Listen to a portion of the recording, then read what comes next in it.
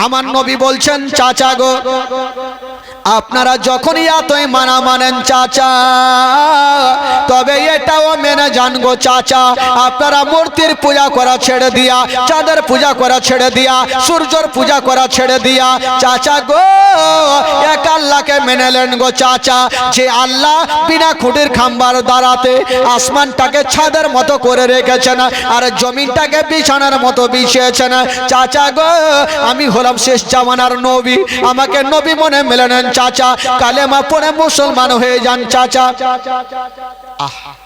মুখের কথা মুখেই থাকলো। আচ্ছা বলুন তো ভাই আমার নবী ইসলামের দাওয়াত দিলেন কোনো গালি দিয়েছেন ভাই কোনো খারাপ কথা বলেছেন কোনো খারাপ কথা বলে আমার নবী দাঁড়িয়ে আছেন বাবা কিন্তু কেউ কোনো কথা বলে না মা আমার নবীর আপন চাচা আবু লাহাব মিডিল জায়গা থেকে উঠে গেল বাবা গো আমার নবী ভাবছেন আল্লাহ এই কার বাচ্চা কাঁচা একটু নিয়ে যাও নিয়ে যাও নিয়ে যাও নিয়ে যাও নিয়ে যান খেলা নিয়ে যান চট করে নিয়ে যান ঝটকানাই না বাবা গো সবারই কান ওই দিকে যাচ্ছে কানতে গেলে একটু জীবনের একটু ডিস্টার্ব হবে আমার নবী বলছেন আমার চাচা হয়তো আমার মনের কথা বুঝতে পেরেছে আমার চাচা হয়তো দাঁড়াচ্ছে কিন্তু আবু লাহাব আমার নবীর কলমা পড়ার জন্য দাঁড়ায়নি আমার নবীর দিকে আসলো না আবু লাহাব যেন পিছনে উঠে চলে গেছে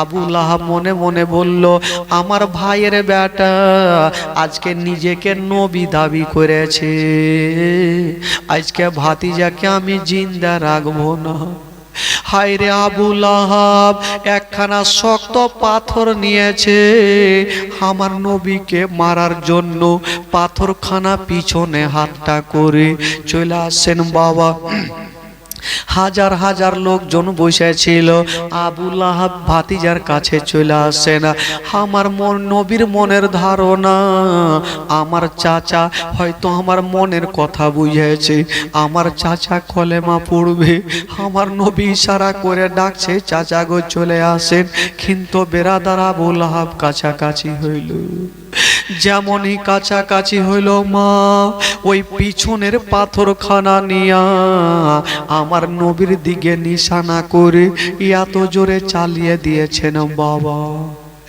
এত জোরে চালিয়েছেন বাবা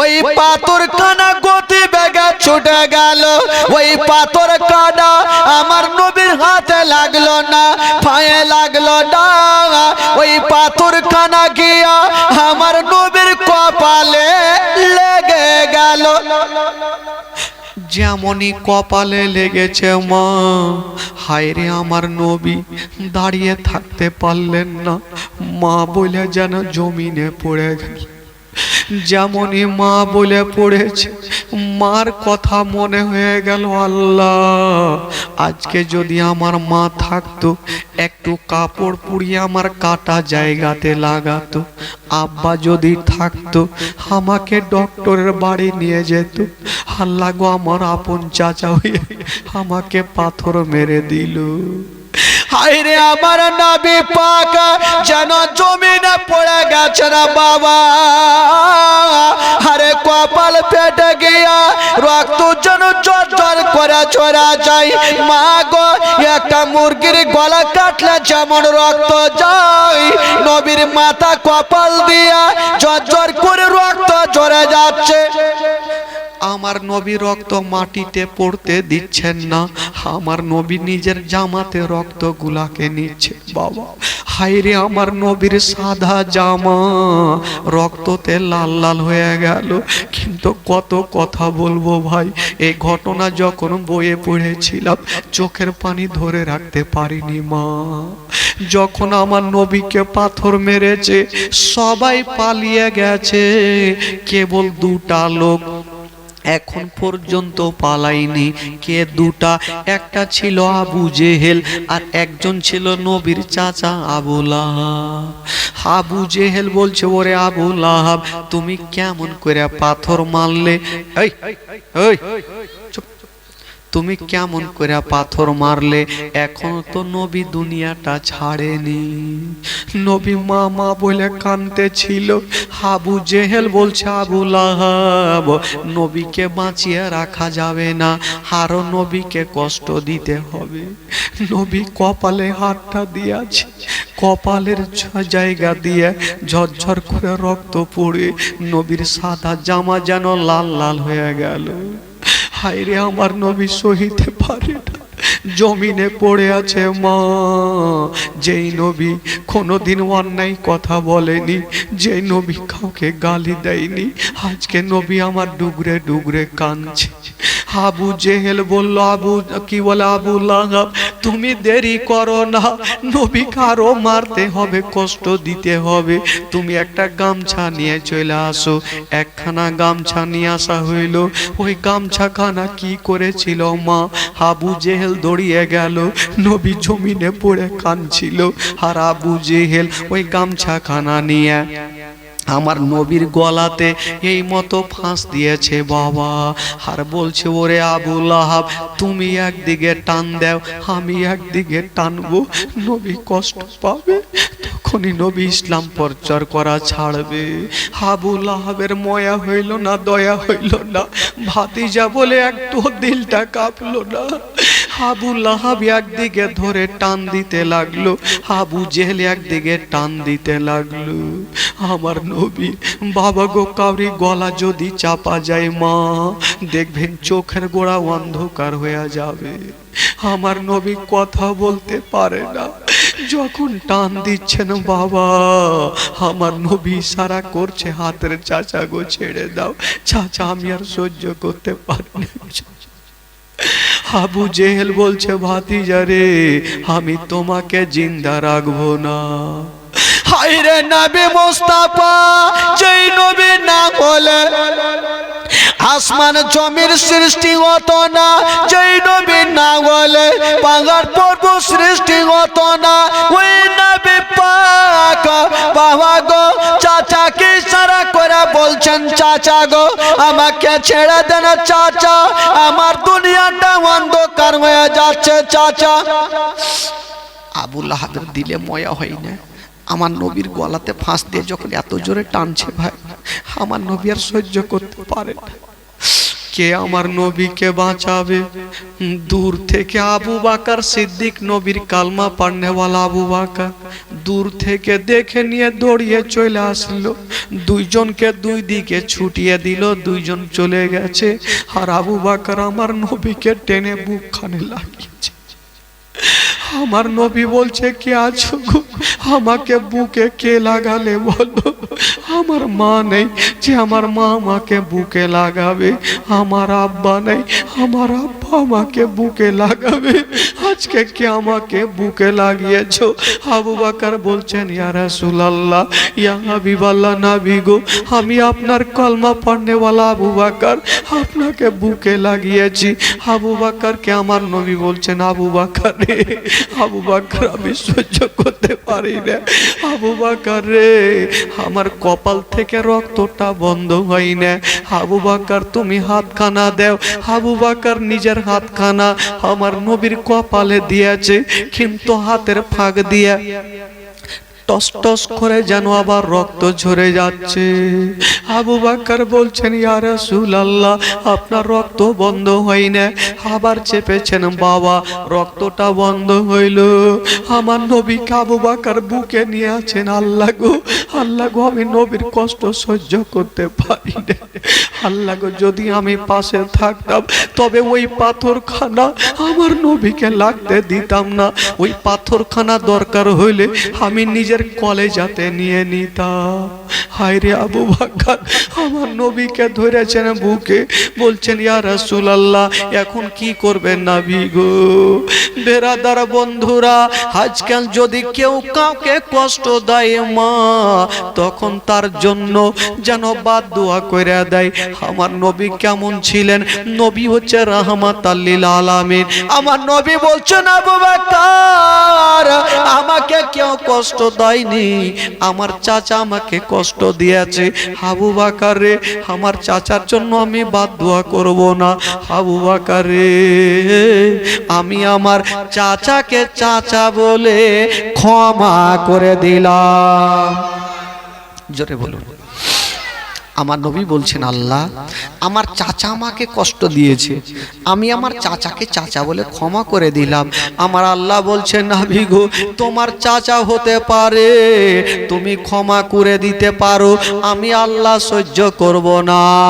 আল্লাহ বলছেন, ওরে আবু লাহাব, যেই হাত দিয়ে তুই আমার নবীকে কষ্ট দিয়েছিস, যেই হাত দিয়ে তুই নবীকে দুঃখ দিয়েছিস, সেই সময়তে একখানা সূরা নাজিল হয়েছিল।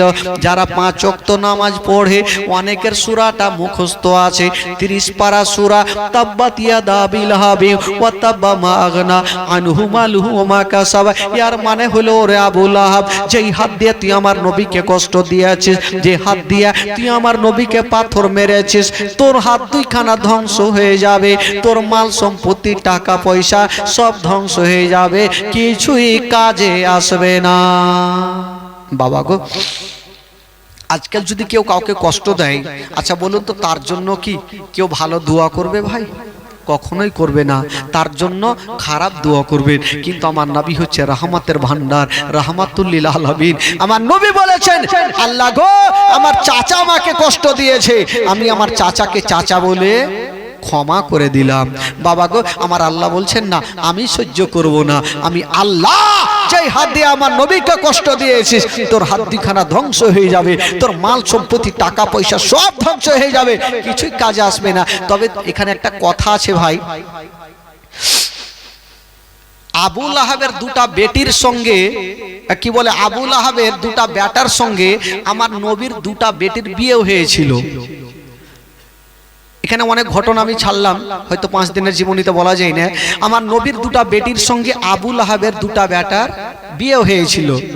তো আবু লাহাব একদিন ডাকলো কাকে, আমার নবী কি বলে ওই নিজের বেটাগুলাকে, এ বেটারা একটু আমার কাছে আসো। বেটারা চলে আসলো, আরে বেটা আমি দুনিয়া থেকে চলে যাওয়ার পর আমার জায়গা জমির ভাগ কেটা লিবে? বলে কে লিবে? মানে আমরা লিব। বলছে দেখ বেটা, যদি তোরা লিস আমি যেটা কথা বলবো সেটা তোদেরকে মানতে হবে। বলে হ্যাঁ মানবো। বলে এই যে তোরা নবীর দুটা বেটিকে এক্ষুনি তালাক দিয়ে দে।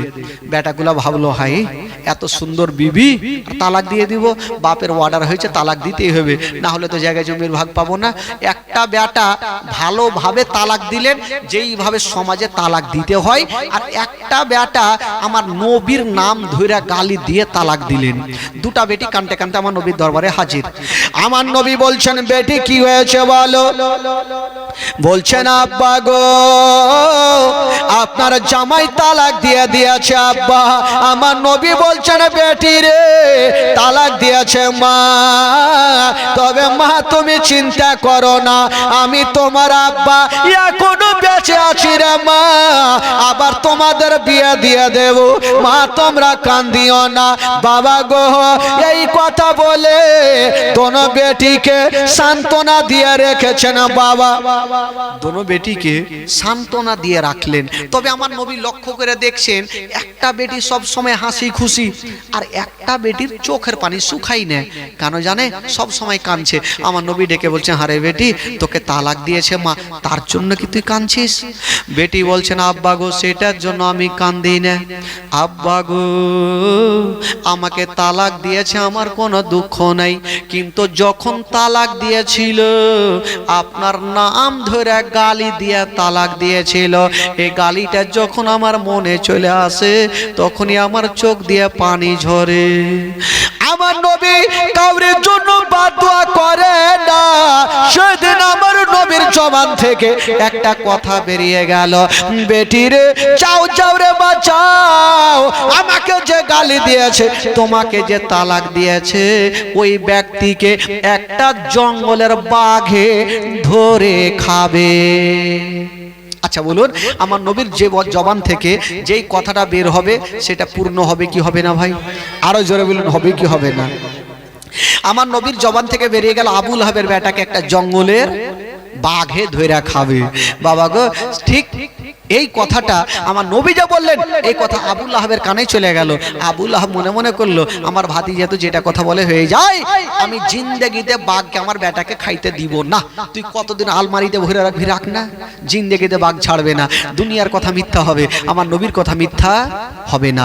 বাবা গো, আমার নবী পাক সাহেবে লাউলাকের মুখ থেকে যেটা কথা বেরিয়ে গেছে সেটা পূর্ণ হবেই হবে। তবে আবু লাহাবের বেটাকে কি করে বাঘে খেয়েছিল, আমি কেন কাঁদছি আব্বা সেটাই বলবো।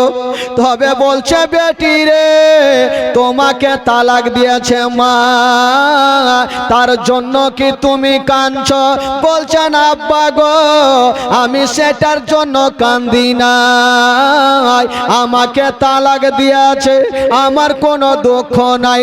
তুমি আব্বা গো আমাকে যখন তালাক দিয়েছে আব্বা, আপনার নাম ধরে গালি দিয়ে তালাক দিয়েছিল আব্বা গো।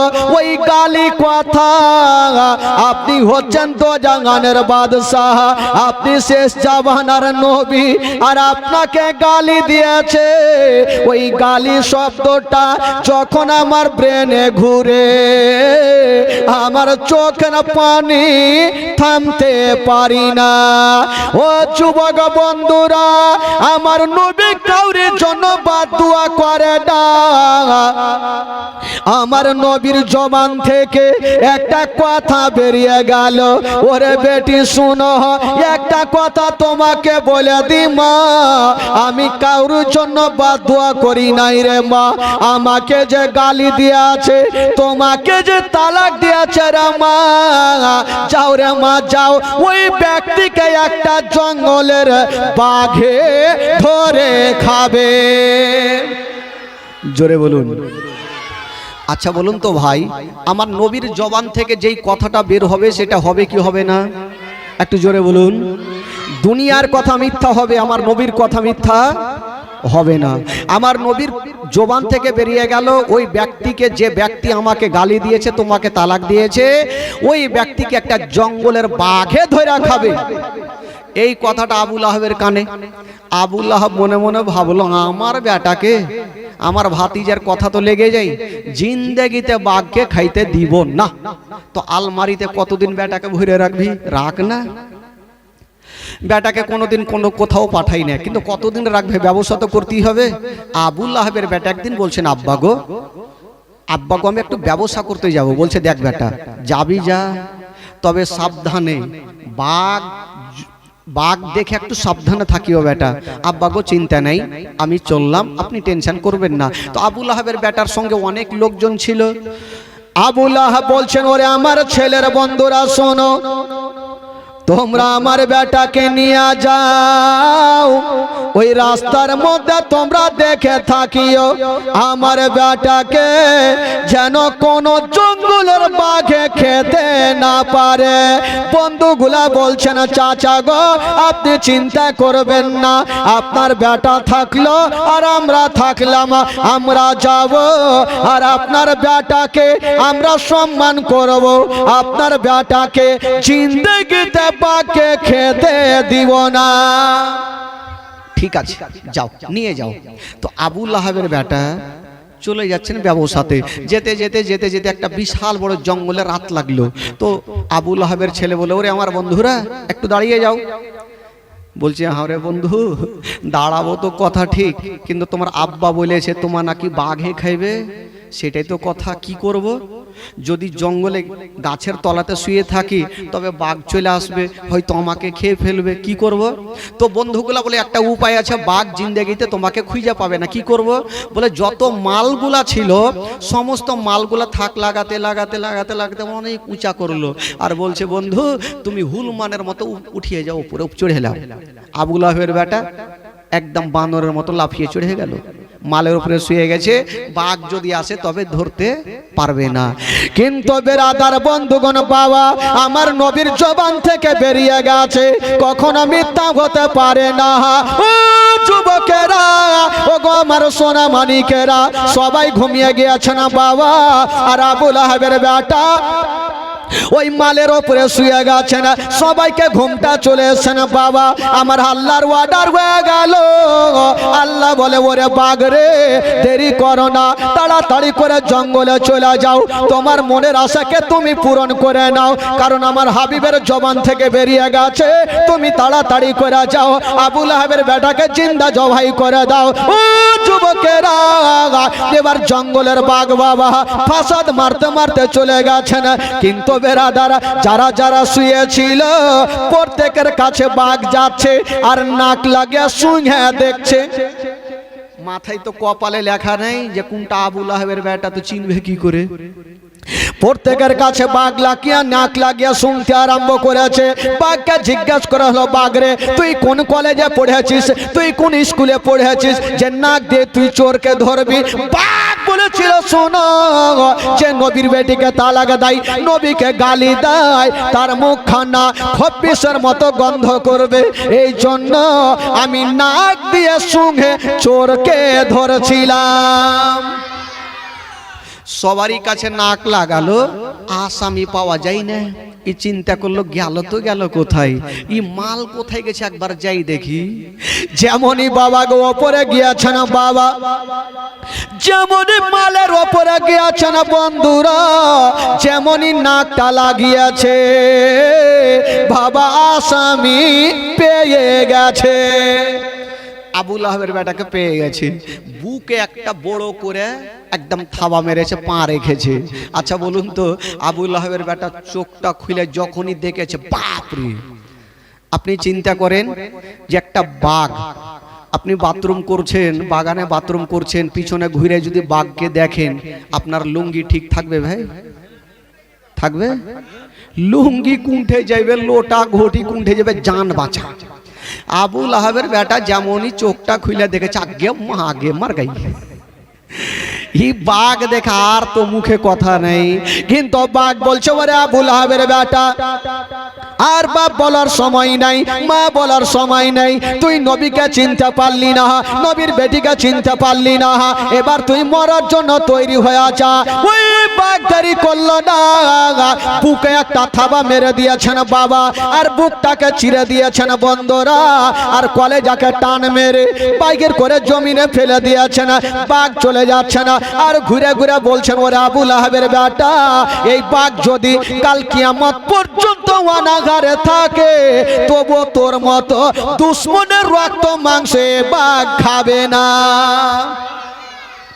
কাল কিয়ামত পর্যন্ত যদি না খেয়ে থাকতে হয়, তবু তোর মতো দুশ্মনের রক্ত মাংস এই বাঘ খাবে না।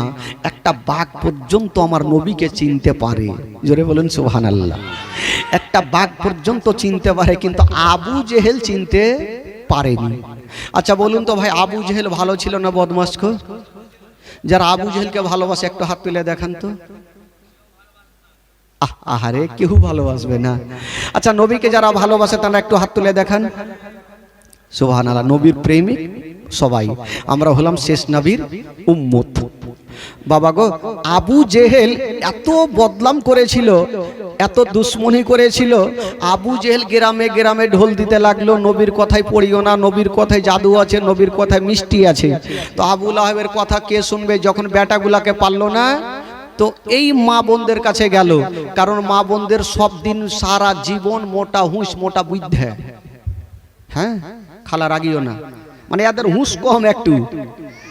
তো মা বোনদেরকে যখন বলতে লাগলো, তো মেয়েগুলা ভাবলো, বাপরে, নবীর কথায় জাদু আছে, না মক্কা নগরে থাকবো, না নবীর সাথে দেখা হইবে। গ্রাম ছেড়ে বাবা সবাই ভাগছে। একটা বয়স্ক বুড়ি, ও বড় পুটলি লিয়েছে, আর বেচারা গাছের তলাতে কাঁদছে। আহারে, কোন নবী আসলো যে তার ভয়ে ভাগতে হয়েছে? এই বুড়ি কাঁদতে ছিল, আর ওই রাস্তা দিয়ে আমার নবী হেঁটে চলে যাচ্ছেন। জোরে বলুন সুবহানাল্লাহ। বুড়ি কিন্তু আমার নবীকে চিনহে না, কিন্তু আমার নবী তো বুড়িকে চিনহে। জিজ্ঞেস করছেন, মা তুমি কাঁদছো কেন? বলছে, বেটার বলিও না তো, মন মিজাজ ভালো নাই। বলো কেন? বলে, গ্রামে নাকি একটা নবী এসে, তার কথায় জাদু আছে, মিষ্টি আছে, তার জন্য ভয়ে ভাগছে বেটির বাড়ি। আমার নবী বুঝে গেল, ইয়ে বুড়ি আমার লেগে ভাগছে। আজকাল যদি কেউ কাবরি লেগা ভাগে, তো তাকে ফারাকা ব্রিজ থেকে ফেলবে কি ফেলবে না ভাই? তুই আমাকে জিজ্ঞেস করছিস, তোকে ফেলেই দিব। কিন্তু আমার নবী হচ্ছে রাহমাতাল লিল আলামিন। জোরে বলুন সুবহানাল্লাহ। আমার নবী বলেছিলেন, মা তুমি এত বড় পুটলি নিয়ে যেতে পারবে না মা, দাও তোমার পুটলিখানা আমার কাঁধাতে দিয়ে দাও, তুমি যেইখানে যাবে আমি পুটলিখানা তোমার সেইখানে পৌঁছে দিব। জোরে বলুন। আমার নবী পুটলিখানাকে কাঁধাতে নিয়ে চলতে আরম্ভ করেছেন। কবি লিখেছেন, বাবা দয়ার নবী গো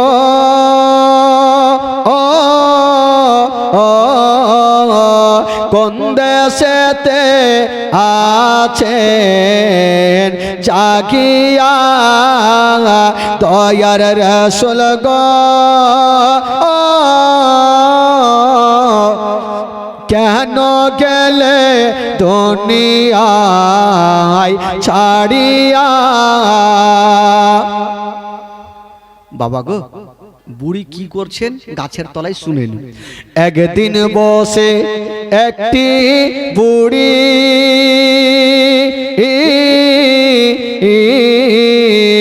পুটলি নিয়ে কাঁদছেন বসে। একদিন বসে একটি বুড়ি পুটলি নিয়ে কাঁদছেন বসে। ও দয়ার নবী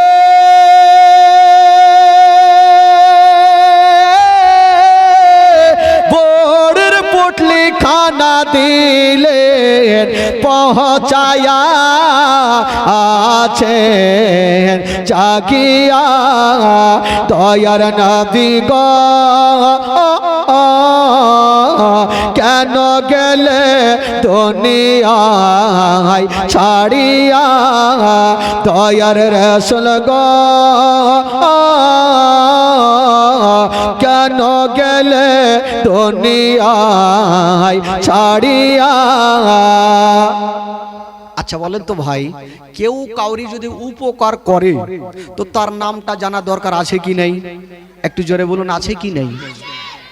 তো বুড়ি আমার নবী যখন বুড়ির পুটলিখানা পৌঁছে দিয়েছেন, তো চট করে বুড়ি আমার নবীর হাতখানা ধরে বলছে, বাবা রে তুমি এত ভালো, তোমার নামটা তো একবার বলো। আমার নবী বলছেন, মা গো আমার নামখানা যদি বলি মা তুমি মুখের ভরে পড়ে যাবে। কেন রে বাবা, তোমার নাম কি এত শক্ত? শুনলে পড়ে যাব। নবী আমার নাম বলবে না, আর বুড়ি আমার নবীর হাতখানা ছাড়ে না, তোমাকে পড়তে হবে তোমার নাম কি। কবি লিখেছেন, বাবা বুড়ি কি বলছেন শুনেন। বুড়ি বলেন, ওরে সোনা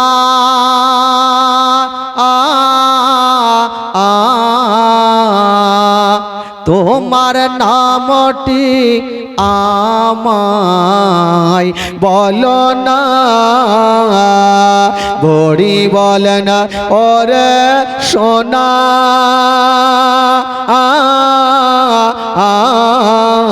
তোমার নামটি আমায় বলো না।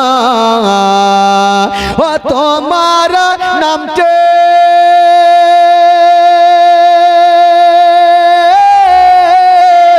না বলিলে আমি তোমায় ছাড়ব না।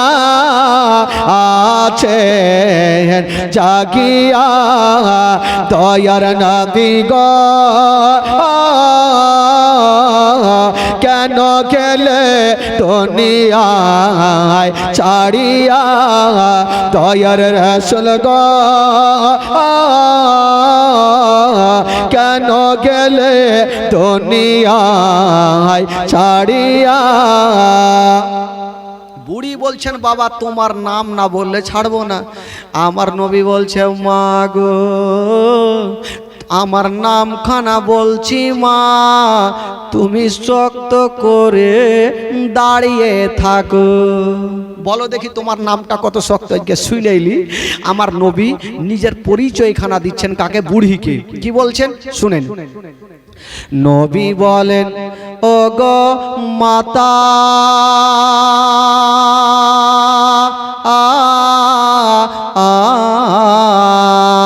যার ভয়েতে আসিলেন হে থা নবী বলেন ও গো মাতা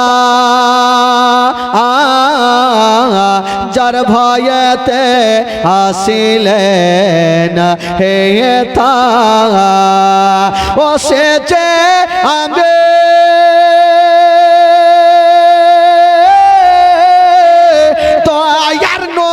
নামটি আমার মোস্তাফা আছেন জাগিয়া দয়ার নবী গো কেন গেলে দুনিয়ায় ছাড়িয়া। যেমনই আমার নবী পরিচয়খানা দিয়েছেন, বুড়ি কাঁদতে আরম্ভ করলেন, আহারে যাকে জাদুঘর মনে করতাম ইনি জাদুঘর হতে পারে না। যদি জাদুঘর হয় তাহলে আবু জেহেলি জাদুঘর, আর ইনি যদি হয় ইনি হবে শেষ জামানার নবী। জোরে বলুন সুবহানাল্লাহ। বুড়ি কি বলছেন শুনেন। বুড়ি বলেন, ওরে ছেলে